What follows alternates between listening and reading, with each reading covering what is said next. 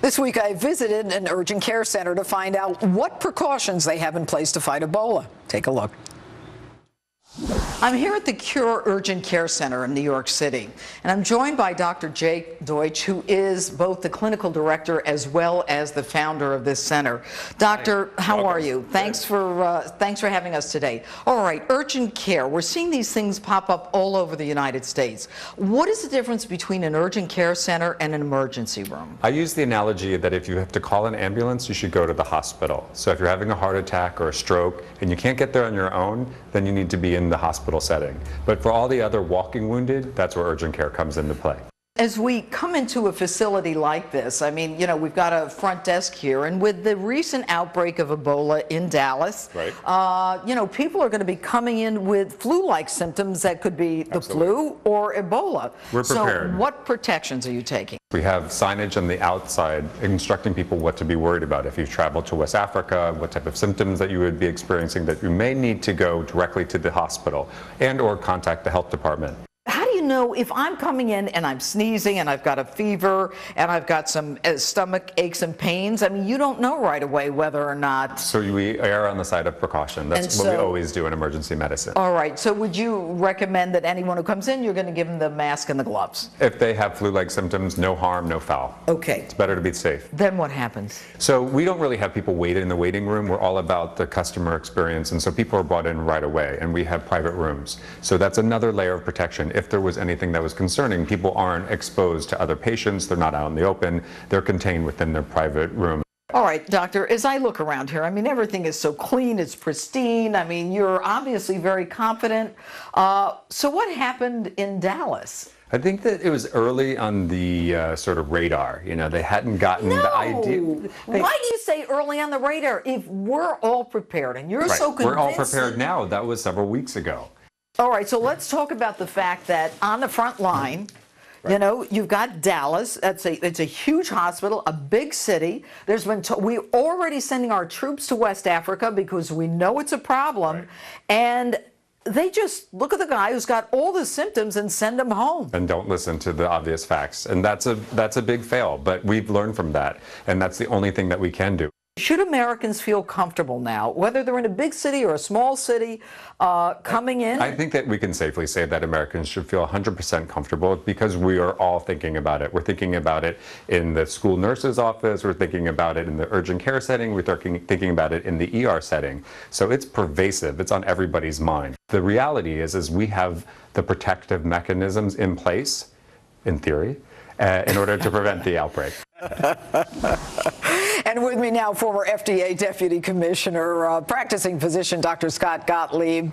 And we both laughed at that, having everything in place, Dr. Gottlieb. Okay, health officials are quick to reassure us that this disease is not easily spread. And Dr. Jake Deutsch, who was kind enough to let us go into his care center, agrees with them. Do you agree? Well, I think in an effort to reassure the public, they've made statements that are unnecessarily absolute and might not be entirely true. So saying something like it's not airborne, well, it's not airborne in the traditional sense, meaning it can't survive suspended in dry air for long periods of time, like the flu or like measles. But you can get it through droplet transmission, meaning if someone coughs or sneezes near you and you're up to a meter away, you can get infected that way. So that's how most Americans would understand airborne. They would think that constitutes airborne transmission. So saying simply that it's not airborne, it's not entirely true. And you know what's interesting, doctor, is that you've got the head of the CDC, Tom Frieden. Dr. Tom Frieden says if you sit next to someone on the bus, you're not exposed. I mean, even I don't believe that, and I'm not a doctor. Right, and the president repeated that in a video that he filmed for local distribution. So why are they downplaying this? It's not like we're going to run around in the streets and kill ourselves. I think it's troubling, and I don't quite understand it. I think they're trying to reassure the public. They don't want the public to be panicked, but the worry is that they're needlessly whittling away some of their credibility that they're going to need later if these outbreaks do get bigger. And if the scope of infection continues to spread at the rate it is in West Africa, we have the potential to see larger outbreaks here. We will never see an epidemic in the United States, assuming this doesn't mutate and become more contagious, but we could see larger outbreaks. Okay, and what about, is there an antibody or an antidote or something that is a cure? We don't have that. Well, the good news is there's some drugs that are in development that look active against this virus. And the operative word, in development. Right, nothing's been advanced, and these things have been in development for over a decade. And nothing's out of phase 1 clinical studies. But I think if they work at it, they could advance them pretty quickly. And they do look active against the virus. There's nothing inherently complex about this virus that we can't get a drug for it.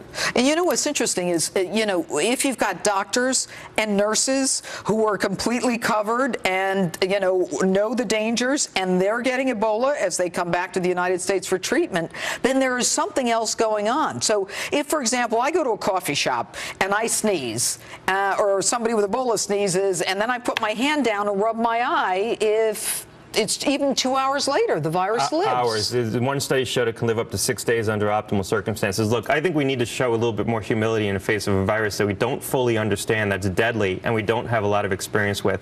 And I'm worried we're not doing that. To your point, we're saying things like you can't catch it if you're sitting next to someone on a bus. That might not be true. And also, this virus could be a little different than some of the past infections. All right. So what do you recommend people do? Obviously go to the emergency room and all that, and hopefully the hospital will, if there is a problem in Dallas and a lawsuit that I suspect there will be, that hospitals will get their game in order. But I was supposed to go to 2 hospitals this week, and they both canceled last minute, and I have an idea why.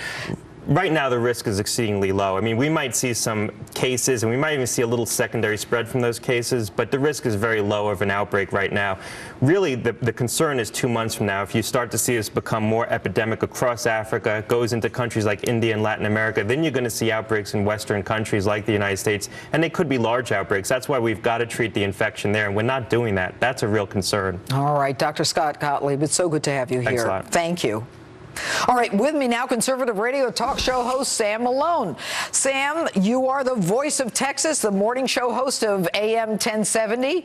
Now, I want you to take a look at, or I'll read it to you, the front page of Thursday's Fort Worth Star-Telegram. It says, sorrow and anger as Dallas Ebola patient dies. How angry are the people down there?